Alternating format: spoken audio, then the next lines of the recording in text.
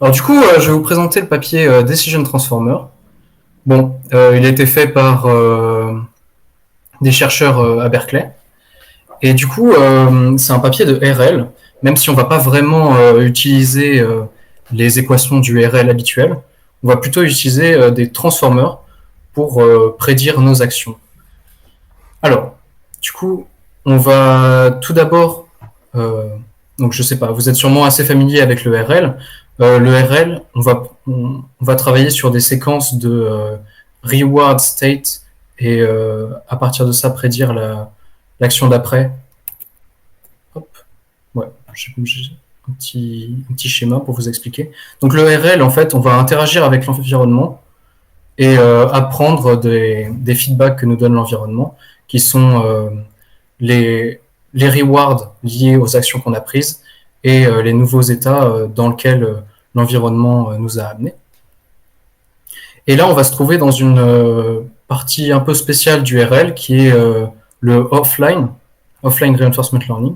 Donc cette fois-ci, on ne va pas être capable d'interagir directement avec l'environnement, mais on va plutôt avoir une base de données d'interactions, alors qui peuvent être plus ou moins bonnes, faites par un agent qui peut être un agent expert comme un agent qui débute. Donc on n'a pas une très bonne certitude de la qualité de ces interactions. Et on va apprendre sur ce dataset euh, avec plusieurs époques. Donc ça, c'est la façon de faire du offline reinforcement learning. Donc dans notre cas, on va faire tout en offline. Donc on aura notre base de données et on va s'entraîner là-dessus. Et on sera aussi en modèle free, comme c'est marqué ici. Donc modèle free, on ne va pas chercher à apprendre l'environnement, parce que ça aurait été une possibilité de essayer de euh, euh, créer une approximation de l'environnement et des états futurs. Non, là, cette fois, ici, on va pas s'intéresser à ça et juste essayer de trouver les actions optimales en fonction des rewards des états. Du coup, ce qu'on va donner au transformer, ça va être la séquence. Donc on sait très bien qu'un transformer, il va être efficace sur des séquences de données. Ici, ces séquences vont dépendre du temps. Et on va séquencer reward state action. Donc ce qu'on va lui donner, c'est une séquence reward state action, reward state, et il va devoir nous prédire l'action qui correspond à la reward, euh, alors une estimation de la reward future qu'on lui a donnée. Là, ils ont été notés R chapeau. En fait, c'est pas la reward qui a été récupérée à l'instant T, mais c'est plutôt une estimation de. Enfin, non, c'est pas une estimation, c'est la somme des rewards futurs qui ont été stockés dans notre base de données. Donc ça, c'est notre modélisation du problème. Hop, hop.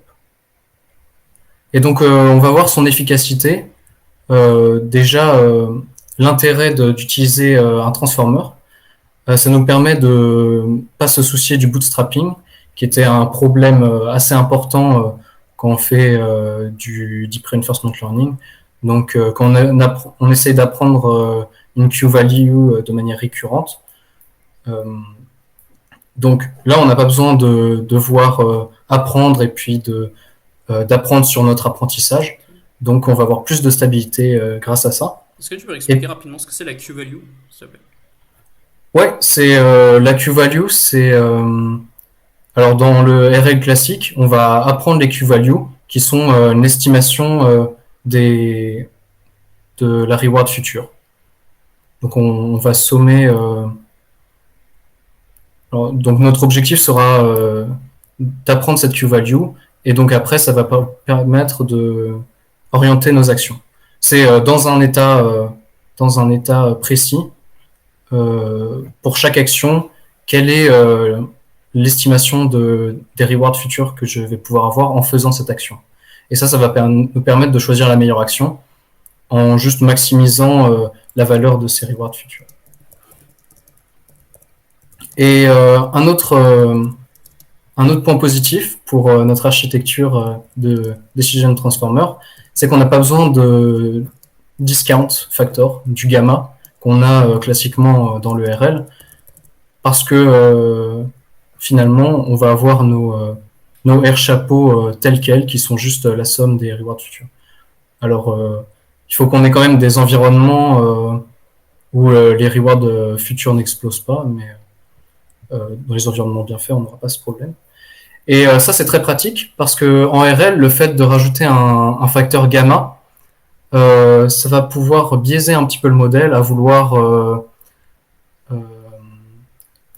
à vouloir optimiser seulement pour les temps courts et pas forcément pour les temps longs. Alors que là, avoir un gamma, enfin du coup équivalent gamma égale à 1, on va optimiser pour les temps jusqu'à plus l'infini. N'hésitez pas à m'interrompre hein, si vous avez des questions sur les trucs. Donc l'avantage des transformers, c'est qu'ils vont être capables de modéliser des séquences très longues. Et aussi, grâce à la self-attention, on va être capable d'identifier l'importance de chacune des actions et des états, enfin l'importance de tout ce qu'on a vu des actions et des états passés sur l'action qu'on va devoir faire. Et donc avec ces longues séquences, on va être capable de garder en mémoire ce qui s'est passé et pouvoir agir en conséquence.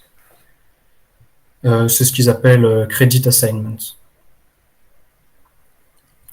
L'intérêt aussi, c'est souvent pour des modèles de RL classiques, déjà ils vont être très mauvais pour scale. Si on commence à vouloir prédire des distributions de probabilité dans des dimensions trop élevées, normalement il faudrait avoir des réseaux de neurones beaucoup plus gros. Et pour du RL, finalement, ça fait que perdre et ça empêche un bon apprentissage. Mais là, pour un transformer, on sait très bien qu'il est capable de scale très rapidement. Enfin, non, il est capable de bien scale. On est toujours capable d'avoir des réseaux de neurones plus gros. Et ça permet d'avoir une meilleure généralisation.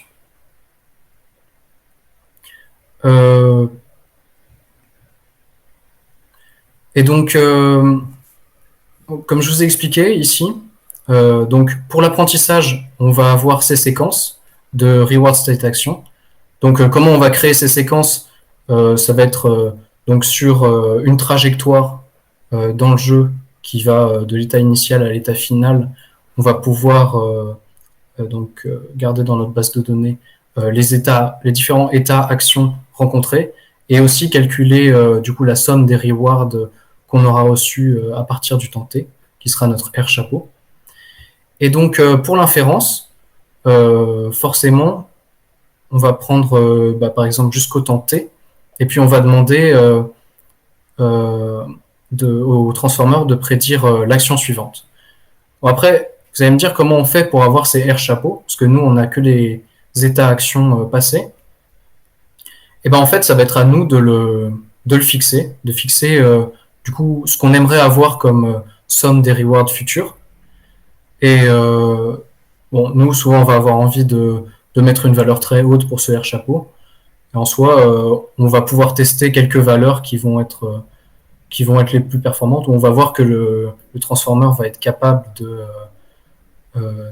faire des bonnes prédictions qui suivent bien ces rewards. Alors attends, du coup j'ai une question. Ouais. Quand tu construis ta base de données, Ouais. techniquement, enfin j'imagine que tu l'as construit en utilisant du coup un algo de RL qui va agir et du coup avec son skill, enfin les états qu'il a, les actions qu'il a fait et puis les récompenses qu'il a reçues, tu vas pouvoir construire ta base de données, non? Alors non, pas forcément. Ça peut être du random walk. Ça peut être, en fait, c'est ce que je disais avec l'expertise de l'agent qui a récupéré ces données. Ça peut être des marches totalement aléatoires dans l'environnement. Mais bien sûr, si on prend que des marches aléatoires dans l'environnement, on peut se dire que l'exploration n'était pas suffisante. On n'a pas pu voir les endroits importants de l'environnement. Et du coup, on se doute que le transformer va pas être capable de les sortir un peu de son chapeau. Si, si ces états ont jamais été vus dans la base de données. Donc du coup, on part pas du principe qu'on a des rewards, alors on part juste du principe qu'on a agi mais sans récupérer des rewards et... Si, les rewards sont stockés. Si, bien sûr. On part du principe que euh, si, quand on a créé du coup ces samples, on a récupéré les rewards associés et puis on les a Du coup, stockés. les air chapeaux, on les a aussi, du coup, non, a priori. Bah, comme en fait on a la reward finale et on a les rewards chaque temps, on peut juste faire une somme à Ouais. partir de t jusqu'à l'état final de toutes les rewards qu'on a eues et ça va être nos air chapeaux. Et du Ok. coup, on peut se dire que dans notre base de données, il y aura un peu de tout.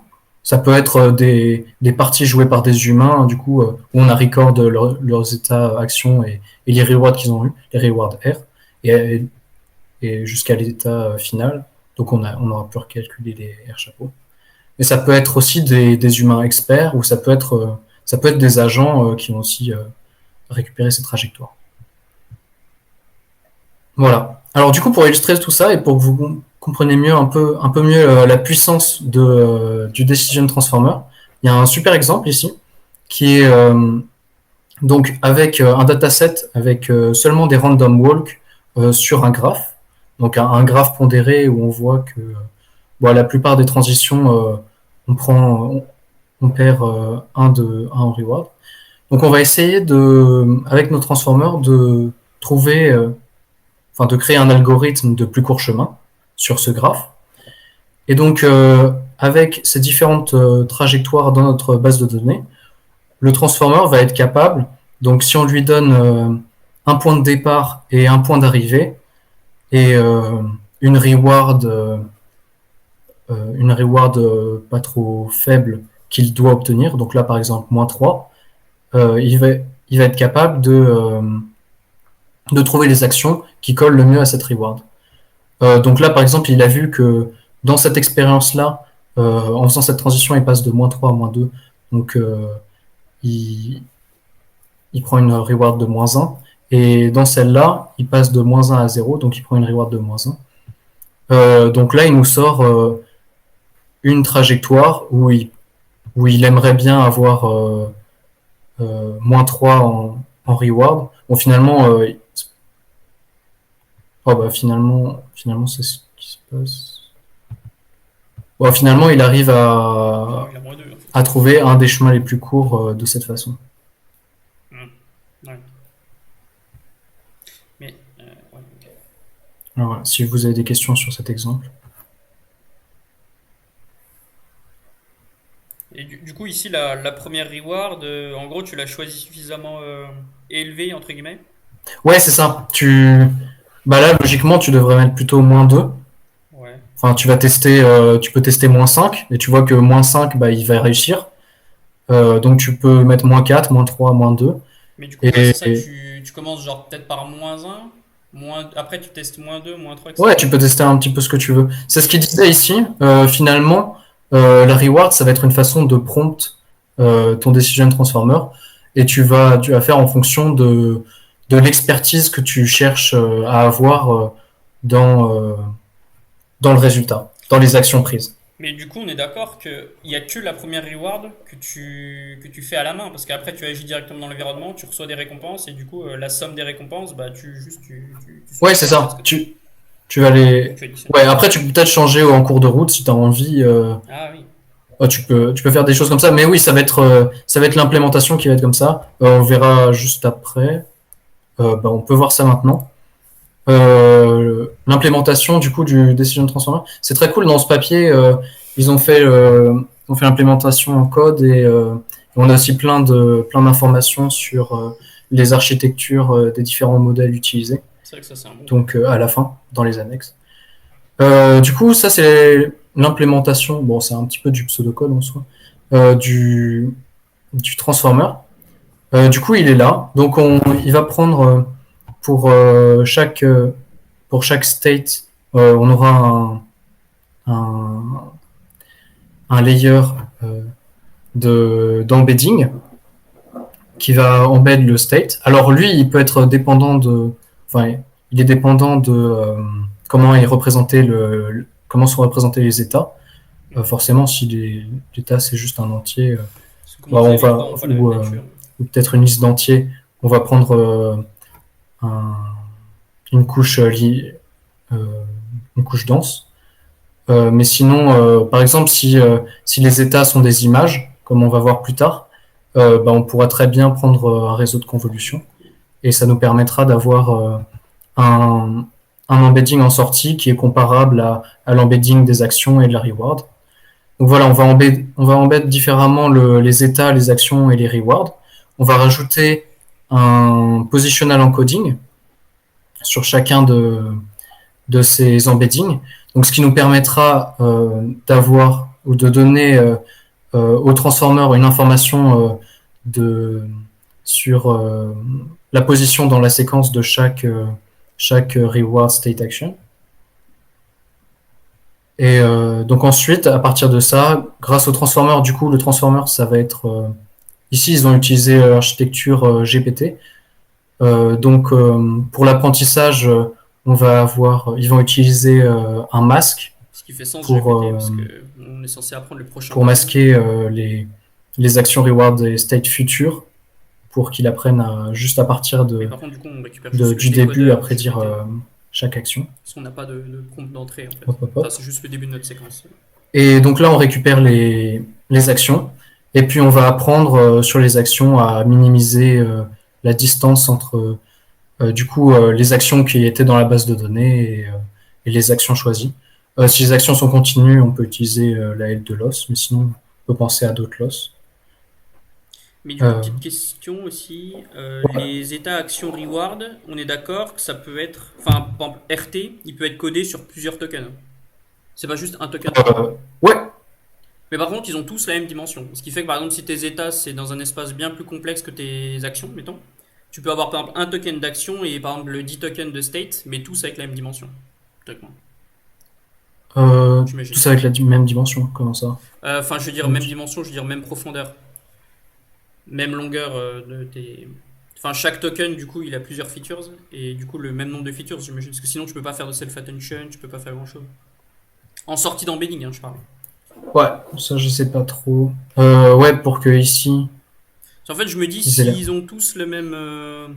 S'ils ont tous la même longueur, entre guillemets, et qu'en même temps, ils ont aussi tous la même profondeur, ça implique qu'ils sont dans des espaces de complexité semblables, mais j'imagine que c'est pas vraiment le cas. Par exemple, je pense que les states. Enfin, je me trompe peut-être, hein, mais j'imagine que les Ouais, states, ouais, clairement. c'est bien plus. Par exemple, dans un jeu d'échecs, les states, c'est beaucoup plus gros que la reward, qui peut être par exemple juste un scalaire. Ouais, ouais, clairement, ouais. Ok, ouais, c'est c'est une bonne question. Et comme on peut normalement pas trop jouer sur la depth, la profondeur de chaque token, j'imagine qu'on joue du coup sur le nombre de tokens en fait. Pour régler cette disparité entre les dimensions.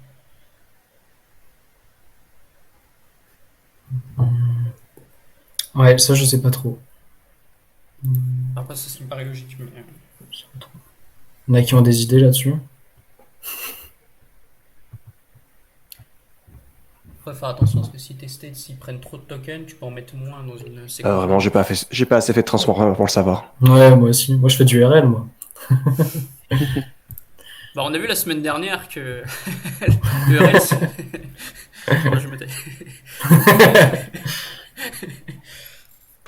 Ok, ok. Et du coup, bah attends, je finis sur l'implem. Du coup, c'est ici qu'on voit qu'on peut set la return qu'on aimerait avoir à la fin. Donc, pour un environnement où à la fin on gagne soit 0, soit 1, par exemple, et ben on peut dire que on peut set la reward la reward qu'on aimerait avoir bah, au total la somme des rewards à 1, qui serait peut-être la façon experte de jouer l'environnement. Et puis, du coup, on va se retrouver à boucler grâce à euh, bah, notre environnement, qui peut être un environnement style gym, et à faire notre inférence, du coup. Et donc, à chaque fois qu'on a une reward, on va, euh, on va la retirer à notre target. Et Et j'imagine qu'on puis prend la récupérer les actions à reward, chaque fois qu'on va rentrer dans future, et non pas l'environnement. juste la reward instantanée pour Bon, ça aider le c'est pour modèle évaluer la performance à comprendre de comment notre s'améliore, transformer. comment il évolue dans sa Voilà, trajectoire. voilà. Euh, Ce qui est plus logique, hein, bon, clairement. après, je vais passer un petit peu plus aux résultats. Alors déjà, on peut voir grossièrement les performances des Decision Transformers. Donc on va voir que bon, sur les jeux Atari, ils sont assez performants quand on les compare au TD Learning. D'ailleurs, ça va être du TD Learning, mais en offline. Donc c'est pas vraiment les cas de figure où le TD Learning est très efficace. Donc c'est à prendre un peu avec des pincettes ces résultats. Mais, euh, mais on va quand même Enfin, l'objectif c'était quand même de les entraîner sur le même dataset et dans les mêmes conditions. Donc voilà, on peut voir la performance et on compare aussi au behavior cloning. On va voir plus tard ce que c'est. Et donc on peut voir sur Atari et les environnements de gym, il est assez semblable. Et sur les environnements donc un peu plus spécifiques où il faut Mini-grid, c'est. avoir... Hmm C'est sur les environnements type mini-grid, du coup. Lesquels Bah, qui tout dort, ce genre de truc. Ouais, c'est grid, mais c'est aussi... je crois qu'ils ont défini leur environnement, il est assez spécial. J'en parlerai à la fin. Mais c'est un environnement où tu as des rewards assez sparses. Et du coup, pour comprendre d'où viennent ces rewards, c'est assez compliqué. Alors que, enfin, souvent, c'est un peu euh, bah, une des. euh, Bah, vu qu'on y est, t'as qu'à en parler maintenant, hein. ouais, ouais, ouais, c'est vrai. Hop.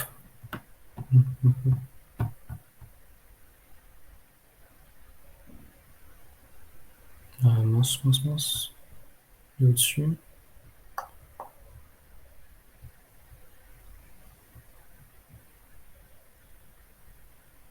Atari. 32 secondes. Bah, ça doit être dans cette section, ouais. Là, ici. Ouais, donc c'est pour du long term credit assignment. Donc c'est quand on a fait une action au tout début et que finalement on en voit le bénéfice que longtemps après. Donc ça, c'est pour du URL classique, c'est assez compliqué parce qu'il va falloir faire remonter l'information avec du bootstrapping par exemple très longtemps. Mais avec du coup des decision transformers, il est bien plus à l'aise avec ça, puisque avec le self-attention. Du coup, l'environnement, c'est on a dans la première phase une pièce avec une clé. Après, il n'y a plus rien dans la salle. Et puis à la toute fin, on se retrouve avec une porte. Et du coup, l'agent a une reward seulement si il a pris la clé et qu'il trouve la porte. Et du coup, après, le problème, c'est pour lier le fait l'action d'avoir pris la clé euh, et le lier avec du coup le fait que ça puisse ouvrir la porte. C'est assez compliqué parce que il a pu prendre plein d'actions en plein milieu et il sait pas vraiment à quelle action relier le fait d'avoir pris la clé. Comment il passe d'une phase à l'autre? Euh, Parce que je c'est suppose sur que un bout d'un certain temps. ça doit être timé, ouais, je pense. Ok. C'est vraiment pour lui laisser le temps de prendre le plus d'actions possible et du coup le perdre en soi. C'est pour trouver le cas de figure où du coup leur transformer était vraiment puissant. Et du coup dans ce cas-là, ils trouvent ils ont des performances vraiment sympas avec leur decision transformer. Bon, ils le comparent au behavior cloning, on en parlera juste après. En tout cas, le Decision Transformer va être capable assez facilement de relier le fait que la clé a été prise à la reward à la fin, contrairement au CQL qui est, ça c'est du Q-learning, qui galère énormément sur ça. Et ouais. Hop. Donc je reviens sur les benchmarks. Alors ouais, du coup, les différents réseaux avec lesquels ils comparent, les différents algorithmes avec lesquels ils comparent leur Decision Transformer. Donc il y en a un qui est du TD Learning, qui s'appelle Conservative Q-Learning. L'objectif, c'est d'être assez pessimiste sur les rewards, les actions qu'on n'a jamais prises pour pas euh, pour pas trop explorer et du coup rester assez conservateur sur ce qu'on a vu dans notre dataset et, euh, et, et prendre les actions qui marchent bien. Après, ça reste du TD learning, donc on se retrouve avec les mêmes problèmes de bootstrapping et tout. Et du coup, un autre algorithme avec lequel il compare ça, c'est un algorithme de behavior cloning qui a pour but d'apprendre à refaire ce qui a été fait dans le dataset euh, dans le dataset donné. Donc, s'il apprend sur tout le dataset, bah, il va apprendre à refaire peut-être les mêmes erreurs de l'agent débutant et apprendre à refaire euh, des mêmes actions performantes que l'agent expert. Cet algo, il l'explique un peu plus tard. Alors, ça peut être pas mal de choses. Ça aurait pu être un transformer qui apprend à, à mimique, à, à refaire les mêmes actions. Donc là, on parlerait même pas de reward. Mais du coup, là, ce qu'ils ont implémenté, parce que ça marchait plutôt bien, c'était un réseau dense qui, euh, qui sort donc en fonction d'un état action qui sort non d'un état Alors, qui sort une action. ça marchait plutôt bien. En vrai, sur les environnements déterministiques, prendre une des trajectoires qui a marché et la rejouer, enfin, jouer juste la meilleure trajectoire, c'est meilleur que de faire un danse, hein. Et je vois qu'ils ont utilisé Atari et le Kitudor, je sais pas s'il est déterministe ou pas, mais euh, c'est un Ouais, peu, c'est un peu ouais, piégeux s'ils sont déterministes, c'est un peu piégeux d'utiliser un danse pour dire que ouais. c'est C'est un la peu la façon de cloner, critique quoi. de ce papier, c'est que à peu près tous les environnements testés sont déterministes. Et, euh, et oui, le Decision Transformer marche très bien sur les environnements déterministes, mais dès qu'on commence à avoir un peu d'aléatoire, ça va être compliqué pour lui. Et ben justement, c'est un peu piégeux qu'ils aient pas comparé ça à juste faire une table de hache avec la meilleure trajectoire que tu joué et tu rejoues la même chose, quoi. Parce que c'est ce que tu peux faire quand l'environnement est déterministe. Ouais, c'est vrai. En soi, il compare à la reward maximale dans le dataset. Et du coup, c'est Oui, du coup, c'est ça. comme ce qu'on voyait ici, euh, le Decision Transformer arrive à trouver des trajectoires meilleures que dans le dataset initial. Ok, c'est parce que c'est ça qui est intéressant plutôt que comparer à un danse que tu aurais entraîné. Ce qui est intéressant, c'est de comparer à c'est quoi la meilleure trajectoire que tu avais dans ton dataset. Parce que si ton environnement est déterministe, tu peux juste la copier, quoi, cette trajectoire. Ouais, clairement. Ouais.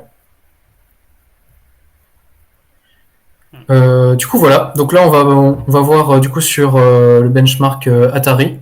Alors, du coup, Atari, euh, bon, il y en a, vous connaissez sûrement pas mal les environnements Atari. Mais du coup, on va se retrouver sur des, des images. Donc, il y a Breakout, Sequest, Qbert et il y a aussi Pong. Donc, en entrée, on va avoir des images. Donc là, les états seront des images. Donc, il faudra les embed. Ils vont les embed avec des réseaux de convolution. Et puis, souvent, les actions, les actions sont pas très grandes. Ouais, 18 actions possibles. Hop. Mais du coup, le problème des images, c'est que c'est une complexité importante parce que c'est de dimensions importantes. Et du coup, il y a aussi le problème de délai des rewards. Quand on prend une action, bah, par exemple, pour le casse-brique, peut-être ça va mettre du temps avant d'avoir la reward et il va falloir relier tout ça. Et du coup, pour ce benchmark-là, on a des performances assez importantes du Decision Transformer. Donc là, c'est CQL, c'est le conservative Q-learning. On voit qu'on est on est presque aussi bien et même certaines fois meilleur que le du Q-learning. On passe de 15 à Et 100. puis on est aussi à chaque fois, on est aussi assez proche du behavior Les cloning. benchmarks qui sont compliqués. Donc voilà, ça c'est des résultats sympas. Et ensuite pour l'environnement Gym, donc là pour le coup c'est aussi des environnements déterministes. Ça va être le Half Cheetah où donc on va gérer des moments de force sur les les nœuds du cheetah pour avancer le plus loin possible. Je crois qu'ils ont Reacher aussi. Du demi-cheetah. Ouais, du demi-cheetah. Ils ont un Walker et Hopper, celui qui saute. Yes. Et du coup, sur tous ces environnements, le Decision Transformer va avoir une très très bonne performance, contrairement au Q-learning appris en offline et du Behavior Cloning. Donc, c'est des résultats Elles très ont été sympas. reproduites, les expériences, par quelqu'un d'autre? Genre sur un paper with code ou un truc comme ça? Je suppose. Ouais, j'ai pas trop regardé ça. Parce que, entre ce qu'elle dit dans un papier et ce qui marche en pratique, hein, souvent il y a une petite différence. Honnêtement, j'avais testé. Genre, je l'avais réimplémenté et tout. Ah, nice. J'avais pas testé sur tout, mais sur les petits trucs sur lesquels j'avais testé, j'avais obtenu à peu près des choses.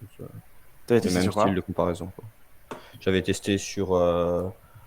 J'avais pas les Linux, donc j'ai testé sur les environnements PyBullet des foires réelles, c'est-à-dire un peu des trucs genre Alchita. Genre... Ok. Cool. Bah, c'est bien. Il se performait bien. Nice. Du coup, tu disais quoi, t'as réussi à obtenir des bons résultats du coup? Ouais, enfin les mêmes que dans le papier. Ah oui, ok, d'accord, carrément. Ok. Donc c'est bien, quelqu'un a réussi à le reproduire, ce résultat. Bravo. Bravo, Guillaume. Non, en vrai, ouais, ils ont l'air assez clean. Ils ont filé tous les modèles, toutes les descriptions des modèles. Ah oui, ok. Oui, donc Ouais. Pour qu'on puisse. Les modèles ou seulement la description? Ouais, description. Ouais, ok. Dommage. ça met longtemps à traîner ce genre de truc? Parce que j'imagine que là, ça n'a pas été évident parce que contrairement à des. Bon, déjà, les transformers sur le texte et sur les images, bon, ça met plus de temps que des algos. Ouais, forcément, c'est assez gros, donc.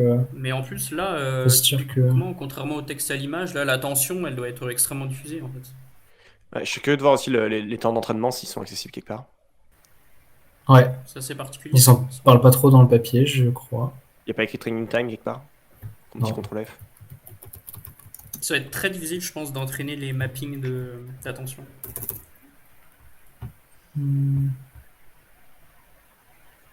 C'est un peu les défauts des méthodes comme. Enfin, j'aime pas quand ils mettent pas le temps que ça a pris, quoi. Mais... Regarde peut-être genre GPU. Alors, ou en Nvidia. Instance of Zero, par contre, on a dû utiliser 64 GPU qu'on a fait tourner à Ouais. plein régime Ah voilà. pendant 2 ans. C'est vrai? Non. Ah. Non, Ça non, fait non. beaucoup là. Ouais, c'est quoi la taille de. c'est comme les Foundation. Faut regarder à peu près la taille des. Ah oui. Ouais, non, mais c'est pas des gros trucs, je crois. Ah Bah, bah oui, d'ailleurs, mais en fait Guillaume, c'est des petits, ouais, c'est quand même des petits là. 6 layers, 8 têtes, dimension 128, c'est pas des gros transformers. Ouais, Après bon, Ça- ça veut pas forcément dire c'est que quand même long à apprendre. c'est mais- rapide. ouais. Ça te prenait combien de temps, toi, Guillaume, de faire des trains un peu là-dessus? Bah, sur les petits datasets, c'est plus long C'est qu'un pour entraînement ça. classique, clairement. Genre, même sur les petits datasets, fallait bien attendre des fois 20-30 minutes sur l'entraînement, et sur les moyens longs, je sentais qu'il fallait laisser tourner plusieurs heures. Ouais, ok. C'est pas le truc, mais si t'as beaucoup de données, un environnement un peu compliqué, tu sens que tu vas l'entraîner longtemps. Ok. Ok. Enfin, longtemps pour le RL. Ouais. Ce qui est déjà ce qui est très longtemps, donc. Attends, j'étais en train de me dire là, quelques heures, c'est si court vos histoires. Pour un transfo. Oui, Après, c'est Oui et un non, environnement Enfin, en fait, de pour chaque tête, de il y a quand même une Alchita, dimension je qui est crois. très faible. bah Faut ouais, savoir c'est clair. utiliser par six Le même minutes. environnement, quand tu le fais en classique, tu t'entraînes en quelques minutes, quoi.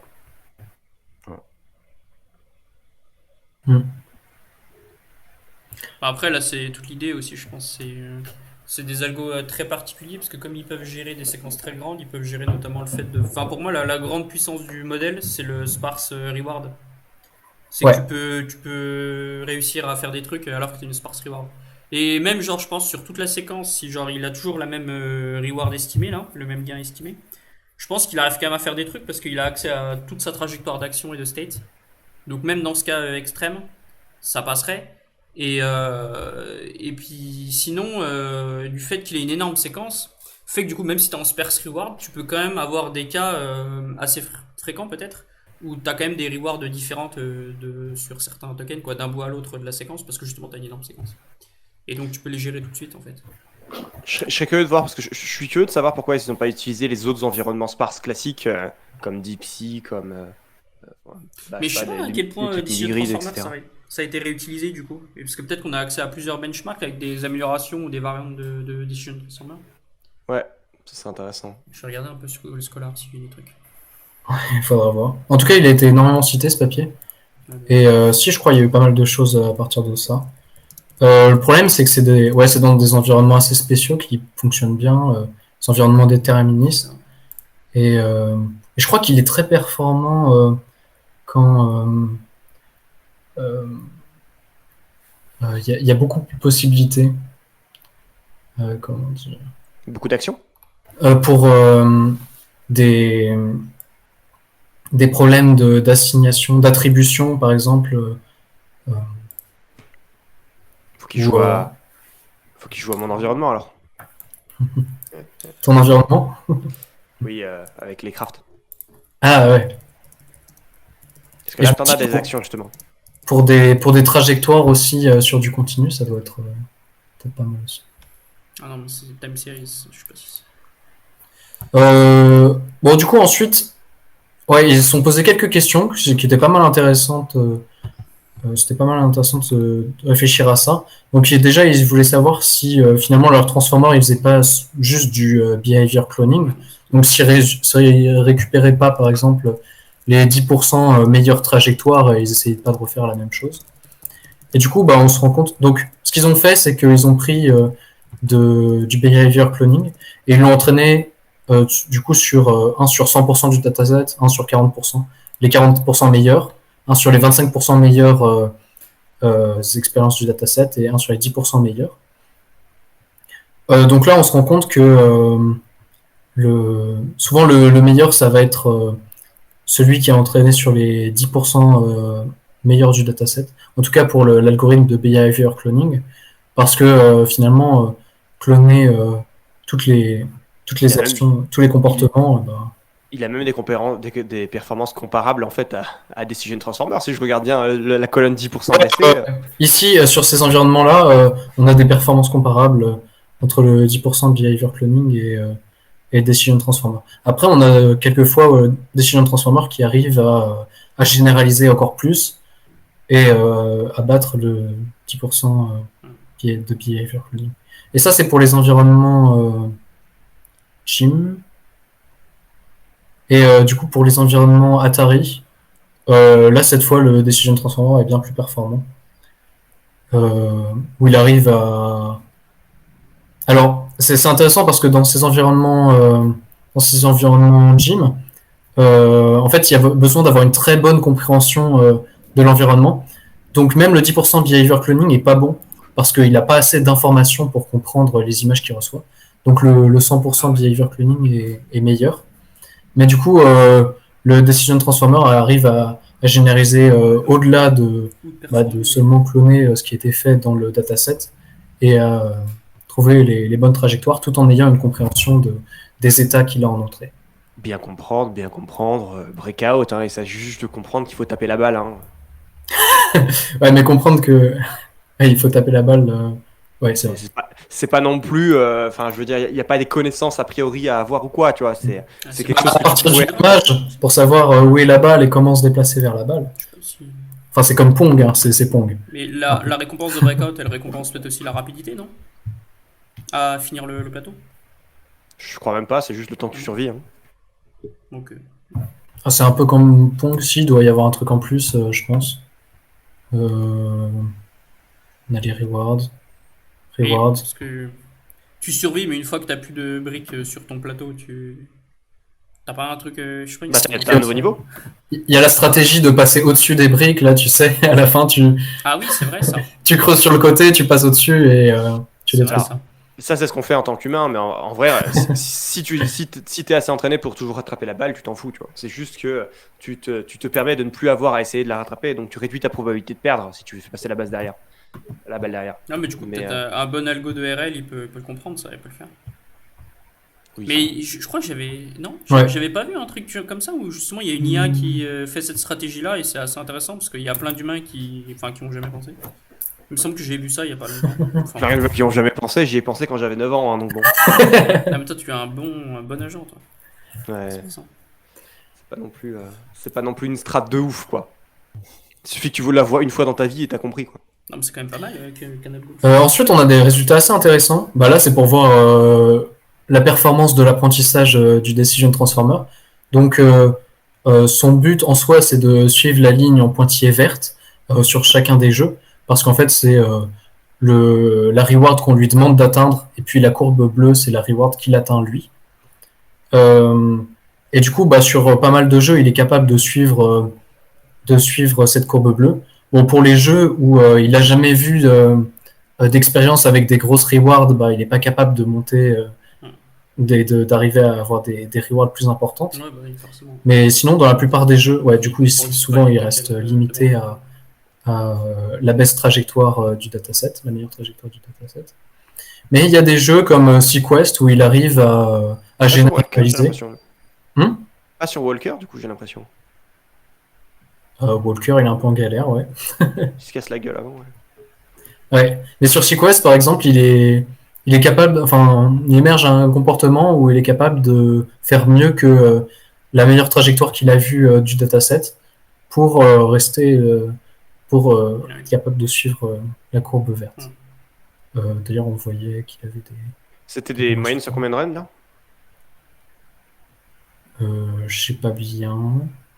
Parce que s'ils ont sélectionné 10 runs qui marchent bien, c'est plus C'est facile vrai. que s'ils en ont manipulé en gif.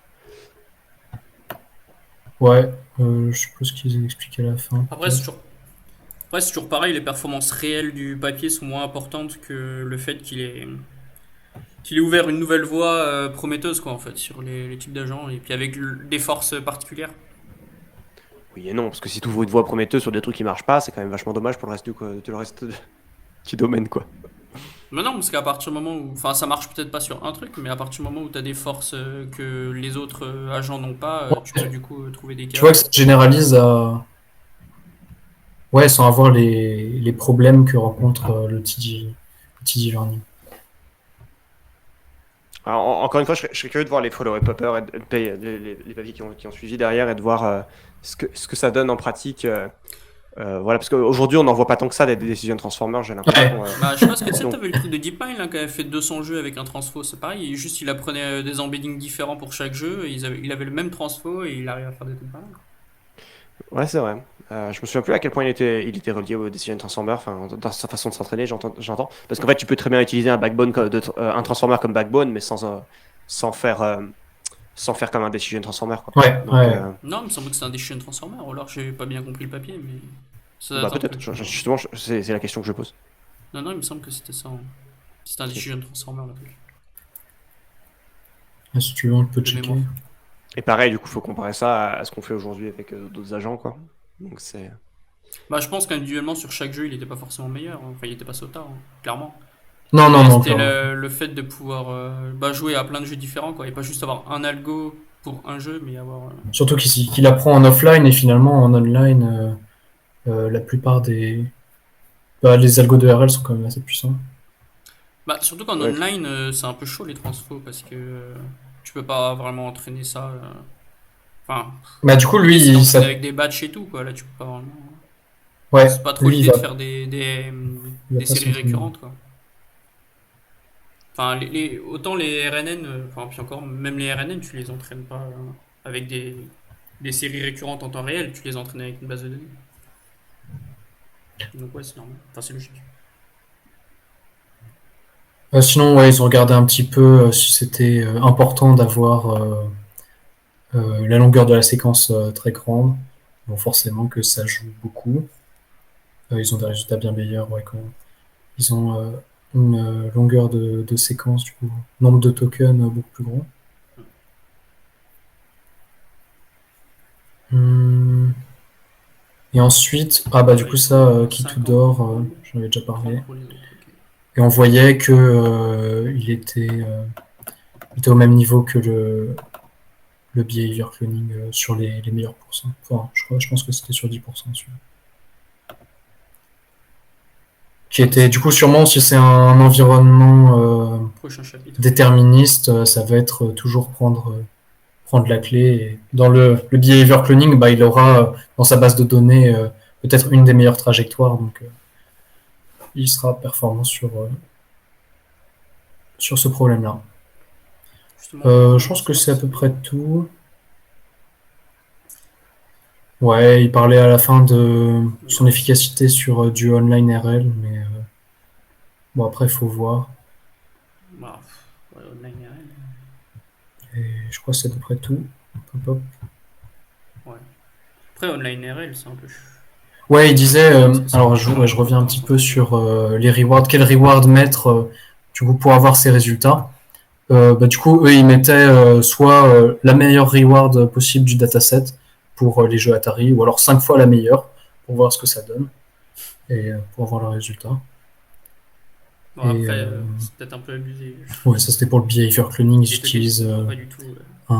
un dense. Ils ont testé des transformers, mais ça n'avait pas trop marché.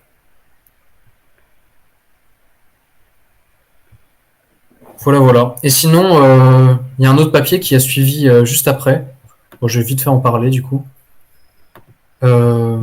C'est celui-là qui est.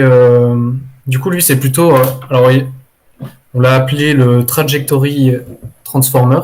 Son but, c'était plutôt de faire comme un world model, donc d'apprendre le modèle. Donc là, on voit bien que dans le Decision Transformer, c'est les actions qu'on essaye de prédire. Mais ici, on va essayer de prédire les états en plus des actions. Et du coup, ça va nous permettre d'avoir une compréhension Puis les récompenses aussi. ouais, et de prédire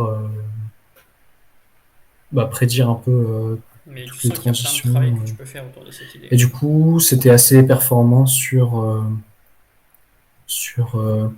des environnements où il y a une cinématique importante, où il y a des contraintes cinématiques importantes, comme des déplacements du coup d'une personne qui marche. Bon, après, je sais pas si on en a beaucoup entendu parler, mais du coup, là, leur objectif, c'était de prédire les états possibles, les états futurs possibles, et après de faire une recherche sur tous les états possibles en fonction de ceux qui maximisent les rewards, et du coup choisir ça. Donc, par exemple, sur des environnements comme ça, on prédit les états possibles et après on va choisir ceux qui maximisent. Donc ça va être les trajectoires assez directes. Voilà, voilà.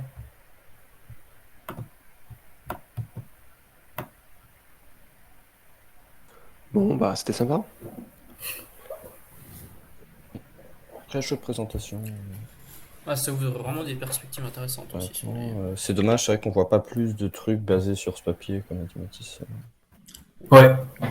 En vrai, ouais, ce serait pas mal de à chaque fois présenter les nouveaux trucs. En plus, c'est un vieux papier, j'aurais dû faire un peu de recherche. Enfin, en 2021, il y a des trucs un petit peu qui sont sortis à la suite, mais Ouais, c'est rare de voir Enfin, je vois pas souvent du conditional RL, dans le sens où tu peux contrôler un peu plus les performances de ton modèle en fonction d'ici la reward.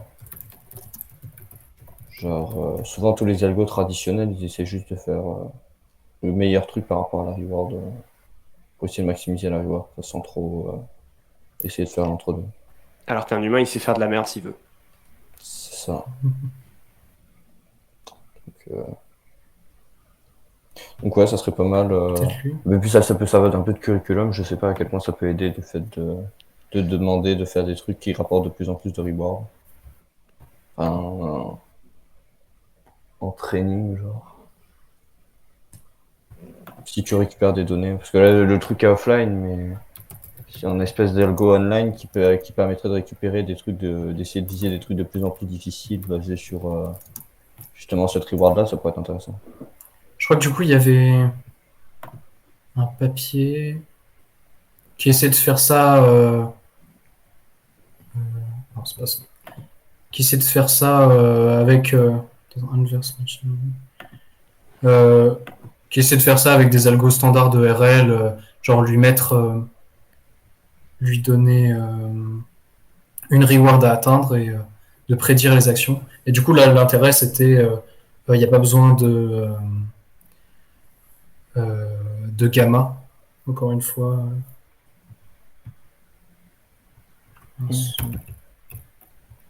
Gamma, c'est le Est-ce facteur que j'ai qui va trouvé ça là? diminuer les récompenses Ouais, au c'est fur et à mesure qu'on avance dans le temps.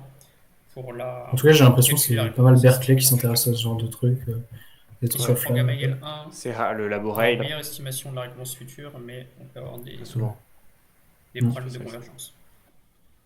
Rail qui est dans Et si on prend Gamma trop faible, bah, on s'intéresse que aux Qui est récompenses dans immédiates. Baird, On n'a je crois. pas Je suis pas de sûr. vision sur la récompense long terme. Voilà, c'est parti. Et je sais qu'il y a Sergei Levigne de Berkeley qui est très à fond sur le RL. Il y a pas mal de trucs enfin de offline RL en particulier, pardon. Il a pas mal de trucs en ligne et des vidéos en ligne qui sont assez sympas.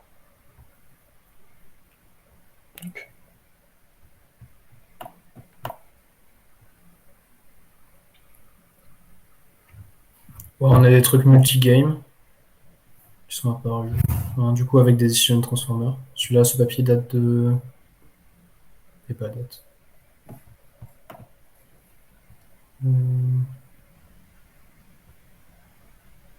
Ouais, 2022. Ah, je pense que tu as eu beaucoup de follow, beaucoup de boulot derrière cette idée, je pense. J'ai l'air d'avoir des résultats assez sympas sur, pour le coup, beaucoup plus de jeux.